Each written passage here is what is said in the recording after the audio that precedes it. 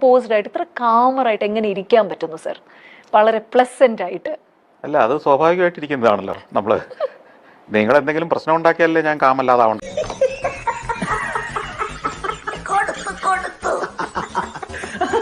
നിങ്ങൾ നല്ലൊരു ആങ്കറാണ്, നിങ്ങൾ ഇത്തരത്തിലുള്ള പരിപാടി അവതരിപ്പിക്കുന്നയാളാണ്. നിങ്ങൾ അത് തിരിച്ചറിഞ്ഞത് ഏത് പ്രായത്തിലായിരിക്കും? അങ്ങനെ പറഞ്ഞു കൊടുക്കണം. നിങ്ങൾ ആവശ്യമില്ലാത്ത ഒത്തിരി സാധനത്തിന് സമയം കളഞ്ഞ് ഒഴിവാക്കാമായിരുന്നു. എഞ്ചിനീയർ ആണ് സർ, ഞാൻ സിവിൽ ആണ്. പറഞ്ഞാ വിശ്വസിക്കോ? ഇല്ല, വിശ്വസിക്കില്ലേ? എന്റെ മതി, നിന്റെ ചായ കുടി. അഹങ്കാരി എന്താ നീയൊക്കെ? ഇങ്ങോട്ട് വന്നേ നീ, എന്നിട്ട് ഇങ്ങോട്ട് നിന്നേ നീ. സാർ പറഞ്ഞാൽ എനിക്കൊരു 16ാമത്തെ വയസ്സ് തൊട്ട് ഇതിന്റെ നർച്ചറിംഗ് ആണ് കിട്ടിയിരുന്നെങ്കിൽ മേ ബി വേറൊരു ലെവലിലേക്ക് നമുക്കൊക്കെ സ്റ്റെപ്പ് ചെയ്യാൻ നേരത്തെ പറ്റുമായിരുന്നു. നിങ്ങൾ കേരളം വിട്ടു പോവുകയും കേരളം രക്ഷപ്പെടുകയും ചെയ്തേനെ. കിട്ടിയ മുതലും പലിശ ചേർത്ത് കിട്ടി.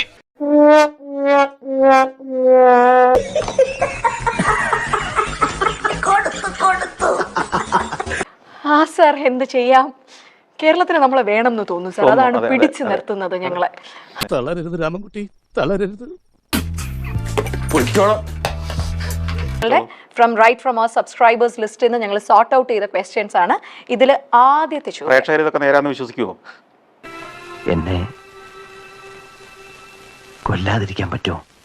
ഉറപ്പാണ് സാർ, വളരെ ജെന്യൂൻ തന്നെ ചോദ്യമാണ്. പ്രേക്ഷകരുടെ തന്നെ 2 ചോദ്യം എന്റെ ഉണ്ട് സാർ. 2 ഞാൻ ഇടയിൽ കയറ്റി. ഒന്നുകൂടെ സ്ട്രോങ് ആയിട്ട് ചോദിച്ച ഒരു 3 കൂടെ വരും.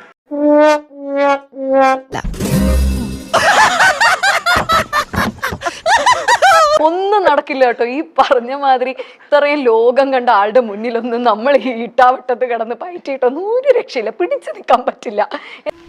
അതെ, നേരത്തെ ആലോചിക്കണമായിരുന്നു. ഒരു കയ്യബദ്ധം നാറ്റിക്കരുത്. ഇനി തോന്നിയാസം പറഞ്ഞു നടന്നാലുണ്ടല്ലോ നാട്ടിലടിച്ചാൻ സൂപ്പർ. ഞങ്ങൾ എന്റർടൈൻമെന്റ് മേഖലയിലാണ് സർ വർക്ക് ചെയ്യുന്നത്. അപ്പോൾ കൂടുതലായിട്ട് നമ്മൾ സിനിമ ഓറിയന്റഡ് സിനിമ പ്രൊമോഷൻസ് ഒക്കെയാണ് ചെയ്യുന്നത്. അപ്പോൾ അതിന്റെ ഭാഗമായിട്ട് നമുക്ക് പല സിനിമകളെ ഒന്ന് തള്ളി കയറ്റേണ്ടി വരും.